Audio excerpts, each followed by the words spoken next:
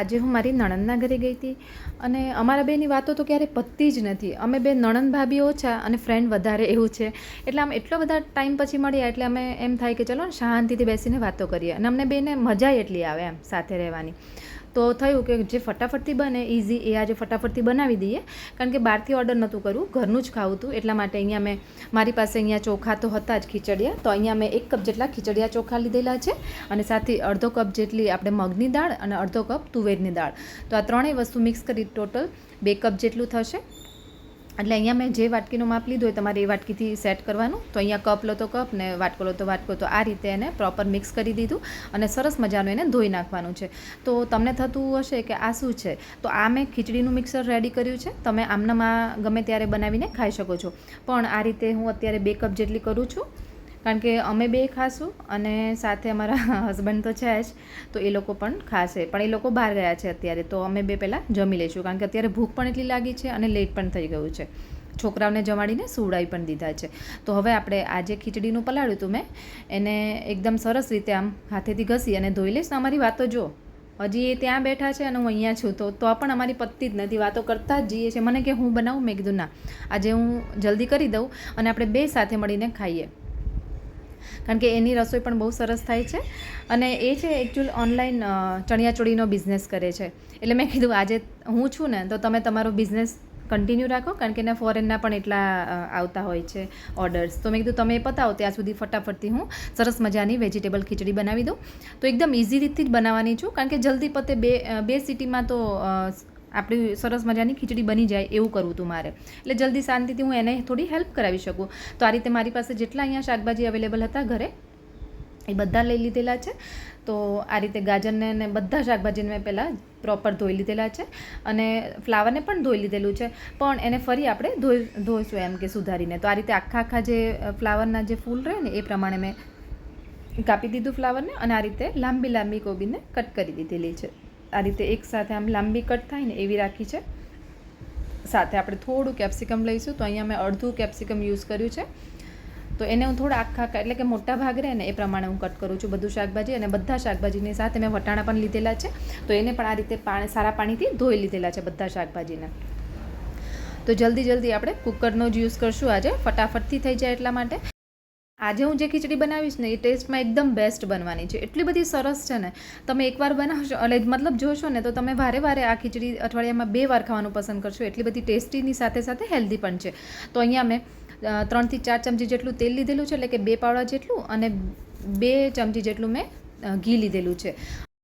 અહીંયા તેલનું પ્રમાણ તમારે ઓછું વધુ કરી શકો છો. અને સાથે 1.5 ચમચી જેટલું જીરું, 4 થી 5 લવિંગ અને 2 તજના ટુકડા, સાથે અહીંયા 8 થી 10 જેટલા લીમડાના પાન. અહીંયા મીઠો લીમડો મારી પાસે ફ્રેશ નહોતો પણ પડેલો હતો, તો એ પણ ચાલે, તો મેં એ લઈ લીધેલો છે. 2 લાલ મરચાં, સૂકા લાલ મરચાં અને સાથે 3 ચમચી જેટલા સિંગદાણા. આ બધી વસ્તુને એકવાર આ રીતે હલાવી દેવાનું, એટલે પ્રોપર મિક્સ થઈ જાય, એટલે કે થોડું સંતળાઈ જાય એટલે તરત જ એના અંદર 1/4 કપ જેટલા ગાજર, એટલે કે 1 ગાજર. હવે 1 કપ જેટલો અહીંયા ફ્લાવર, 1 કપ જેટલી કોબીજ. એટલે અહીંયા શાકભાજીનું પ્રમાણ તમે ઓછું વધુ કરી શકો, જેટલું હોય જે હોય એ તમે એડ કરી શકો. સાથે 1/4 કપ જેટલા કેપ્સિકમ અને 1/4 કપ જેટલા અહીંયા વટાણા આપણે મારી પાસે હતા જ ફ્રોઝન, તો એને લીધેલા છે. હવે આ બધી વસ્તુને એકવાર ઉપર નીચે કરી દેવાનું પહેલાં તો, એટલે ઘી ને તેલ જે પ્રોપર હોય, એટલે મતલબ ઘી ને તેલ આ બધા શાકભાજી સાથે પ્રોપર મિક્સ થઈ જવું જોઈએ, એટલે એની કાચી સુગંધ બિલકુલ નહીં આવે અને એક સરસ મજાની સુગંધ છોડશે આ ટાઈમે.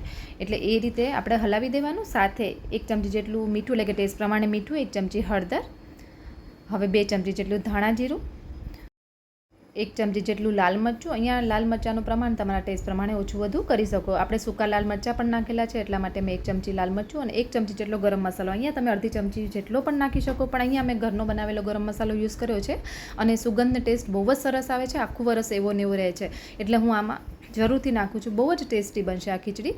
1 પોટ મિલ જેવું છે, એટલે કે એક જ વસ્તુમાં તમારું આખું જમણવાર થઈ જશે એવું છે. હવે એકદમ સરસ તતળાઈ જાય એટલે આ રીતે મોટા 2 ટમેટાં લીધેલા છે, તો આ રીતે મોટા કટ કરીને લીધેલા છે, એકદમ ઝીણા નહીં, જેથી કરીને એ થોડા આખા ભાગા રહે તો સરસ લાગશે ટેસ્ટમાં, અને એની સુગંધ પણ અને ટેસ્ટ પણ બહુ સરસ આવશે આ શાકભાજી સતળાશે ને એની. અને એકવાર સરસ રીતે આ રીતે 2 મિનિટ માટે એને ધીરા ફ્લેમ એટલે કે ધીરા ગેસ પર એને સાંતળવા દેવાનું છે.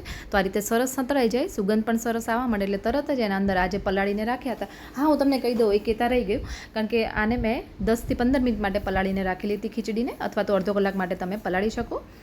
અને આને પ્રોપર ધોઈ અને આની અંદર એડ કરી દઈએ. અહીંયા હું તમને એ કહેવાનું રહી ગયું એટલે સોરી એના માટે, કારણ કે આને થોડી વાર માટે તમારે પલાળીને રાખવી પડશે. તો અહીંયા મેં 15 મિનિટ જેવું થયું પલાળવાનું, અને પ્રોપર આને મિક્સ થઈ જાય ને પછી જ એના અંદર પાણી નાખવાનું. એટલે કે દાળ, ચોખા અને એની સાથે જે બધા શાકભાજી છે ને અને બધા મસાલા, એનો ટેસ્ટ એકદમ સરસ ભળી જશે આ રીતે તમે સાંતળવા દેશો ને 2 મિનિટ માટે પછી.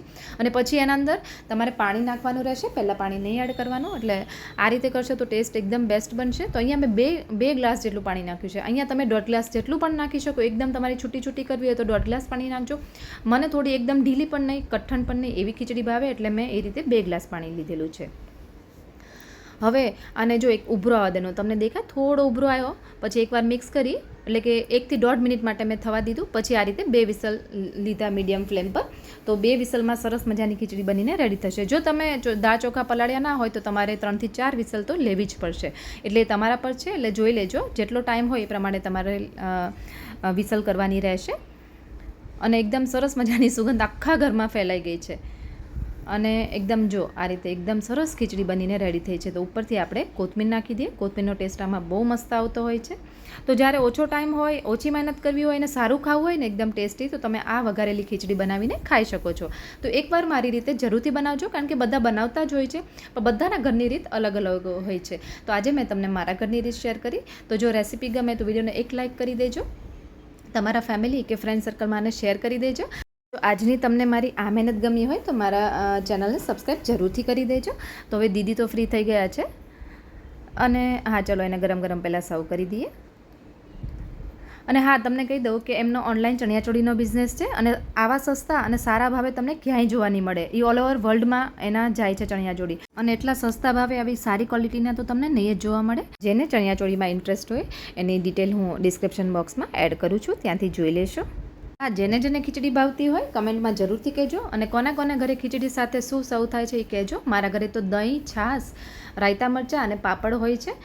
તો ચલો ફરી મળીએ એક નવી રેસીપી સાથે. Thank you.